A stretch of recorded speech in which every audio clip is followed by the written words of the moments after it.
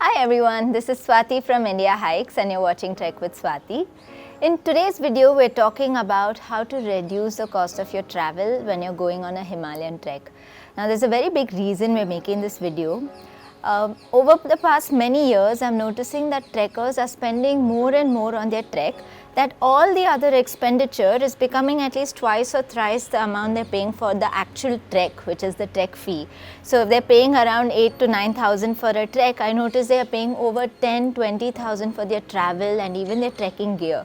So we are making this series so that you learn how to reduce the cost of your trek. Because at Indiahikes we believe that trekking is one of the most minimal sports, and the more you save, the more you can trek. So today we're talking purely about travel and how to reduce the cost over there.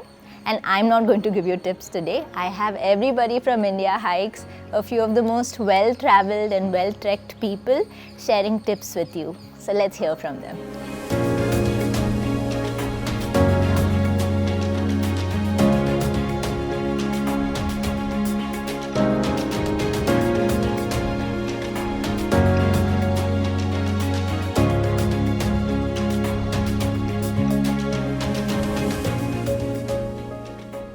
While you're booking your flights, make sure that you do all your searches in incognito mode, and also make sure to use sites like aggregator sites like Expedia or Skyscanner or Kayak. You will be able to compare prices across the flights, across the sectors, and you'll be able to make a smart purchase decision.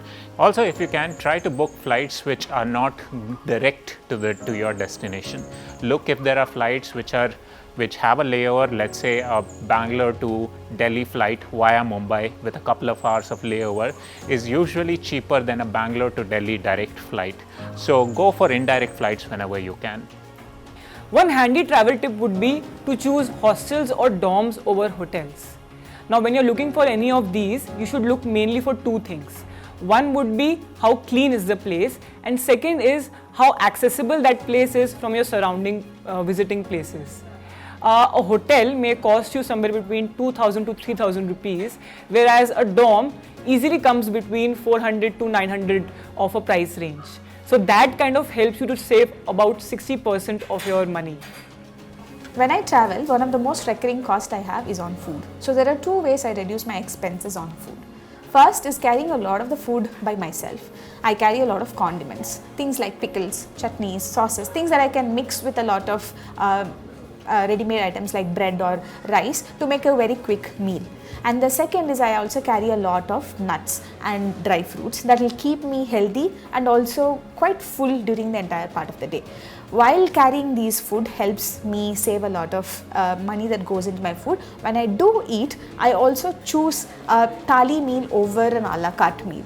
The biggest advantage of having a thali meal is that given the scope of our country, you get to eat a lot of regional food, the variety of what a regional food offers, but also at the cost that is much smaller than what you would have to spend if you want to order it a la carte. And not just that, it always tends to be unlimited.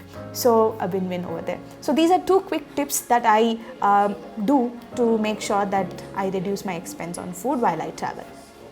Although this is pretty common knowledge, you should be booking your flight tickets well in advance. The day you confirm your trek date should be the day you book your flights as well, because the more you keep delaying it, the more expensive your flight tickets get, and almost always it beats the trek cost. So make sure you book your flight ticket in advance. So the one tip that I would give you is to travel like a local and use public transport.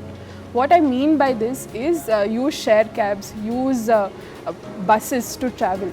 This cuts down your cost a lot. To give you an example, when you travel from Dehradun to Rethel, which is the base camp for Dayara Bugyal Trek, if you are opting for a cab, it costs around 6,500 rupees per cab. Versus you traveling with bus and a share cab, it will cost you around 400 to 500 rupees. So you're remarkably cutting down the cost of your travel just by using public transport, and even the time taken from Dehradun to Rethel would have been more or less the same duration. Maybe just 1 hour of difference it would take. So use public transport and save a lot of your cost.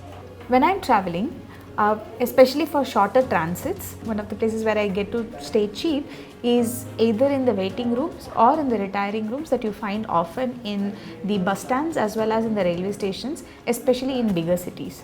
They are extremely cheap, especially if you book very early in advance. You will have a very comfortable stay, very clean stay, at the same time not having to spend a lot of money out of your pocket.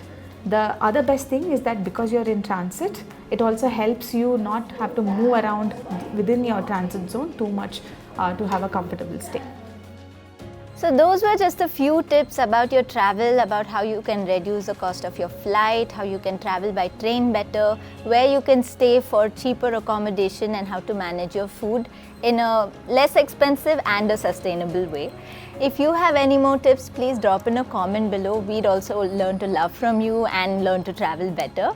If you have any other questions, you can write to tws@indiahikes.com and we'll write back to you. Make sure that you follow us, hit subscribe and the bell icon next to it so that you are notified every time we have any more trekking tips or travel tips like this. We'll be back with more soon. I'm Swati from Indiahikes and you're watching Trek with Swati.